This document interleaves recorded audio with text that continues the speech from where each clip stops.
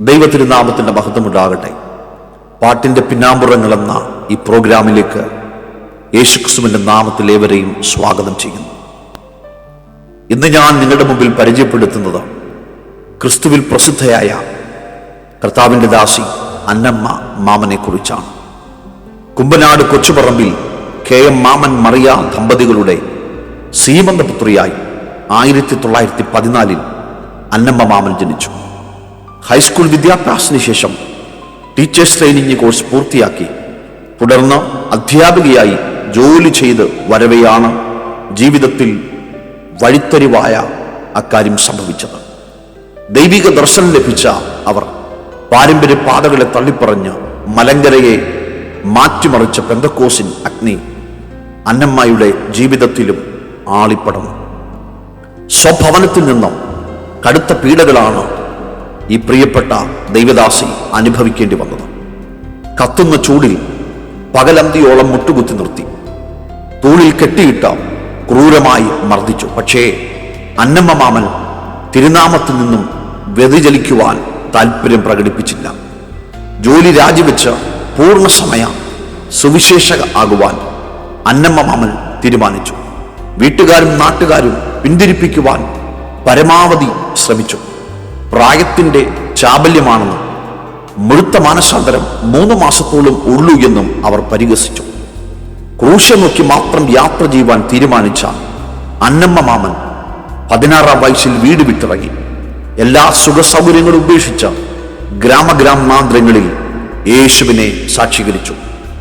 ആന്ധ്രാപ്രദേശിൽ pastor PT ചാക്കോയുടെ ഭവനത്തിൽ പാർത്ത് ആ നാട്ടിൽ മുഴുവനും കർത്താവിൻ്റെ വേലയിൽ വ്യാപൃതയായി മാറി സുവിശേഷത്തിൻ്റെ വിത്ത് പാകി. ആ കാലഘട്ടങ്ങളിൽ കൊടിയ ദാരിദ്ര്യവും പട്ടിണിയുമായിരുന്നു സഹയാത്രികയായി കൂടെയുണ്ടായിരുന്നത്.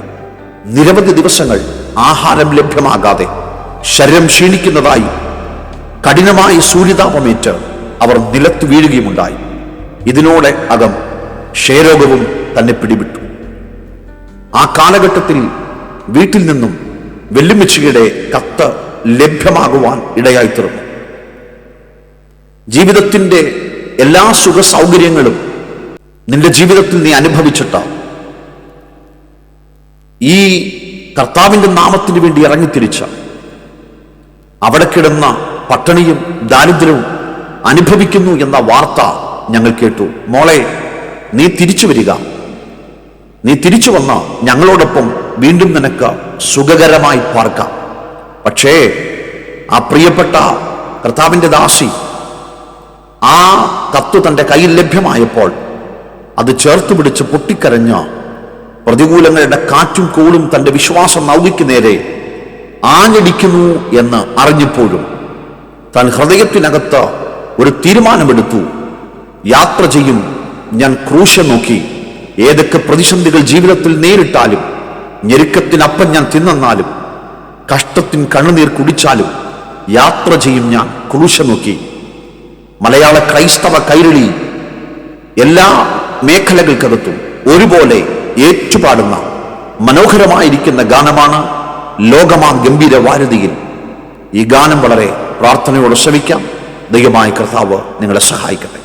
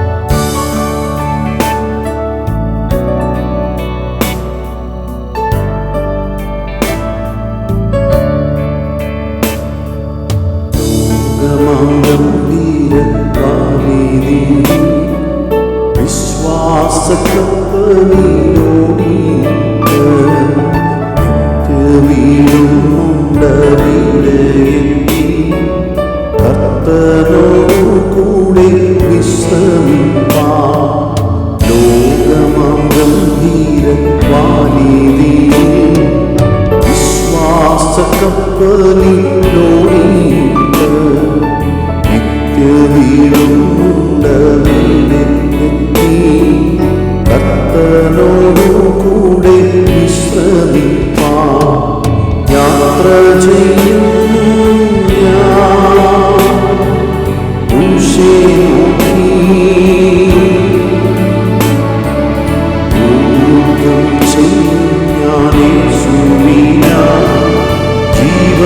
വെച്ചിടും രക്ഷകനാ അന്ത്യശ്വാസം പറയും.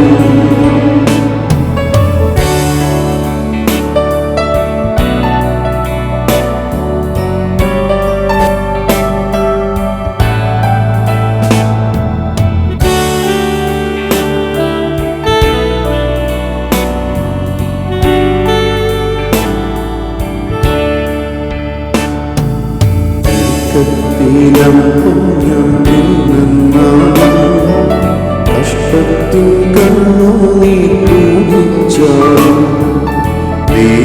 ദുഃഖത്താശയം ചെന്നാലും എല്ലാം പ്രതികൂലമായിരുന്നാലും കത്തിലപ്പം ഞാൻ തിന്നാലും കഷ്ടത്തിൻ കണ്ണുനീർ കുടിച്ചാലും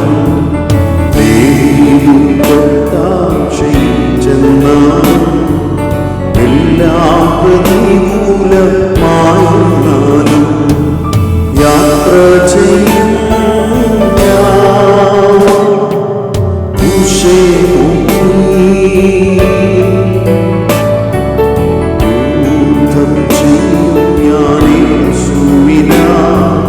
ജീവൻ വെച്ചീ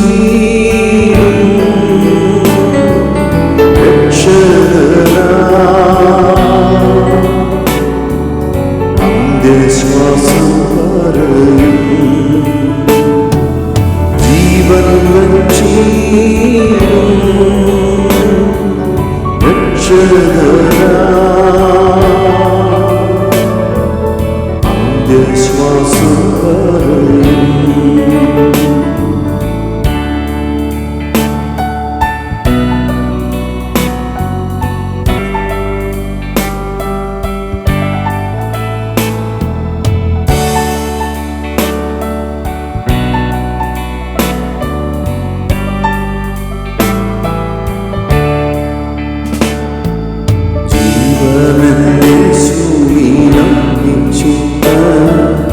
അക്കരെ നാട്ടിൽ ഞാനെത്തിയിടുമ്പോ ശുദ്ധ പണങ്ങിൽ കടൽ തീരത്ത് യേശുവിൻ മുഖം മുത്തിയിടും ഞാൻ. ജീവനെന്നെ യേശുവിൽ അർപ്പിച്ചിട്ട് അക്കരെ നാട്ടിൽ ഞാനെത്തിയിടുമ്പോ പണങ്ങിൽ കടൽ തീരത്ത് യേശുവിൻ മുഖം മുത്തിയിടും ഞാൻ. യാത്ര ചെയ്യും ഞാൻ ക്രൂശെ നോക്കി യുദ്ധം ചെയ്യും ഞാൻ യേശുവിനായി ജീവൻ വെച്ചിടും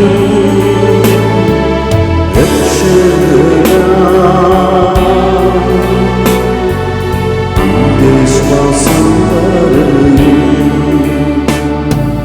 ജീവൻ വെച്ചിടും രക്ഷകനാ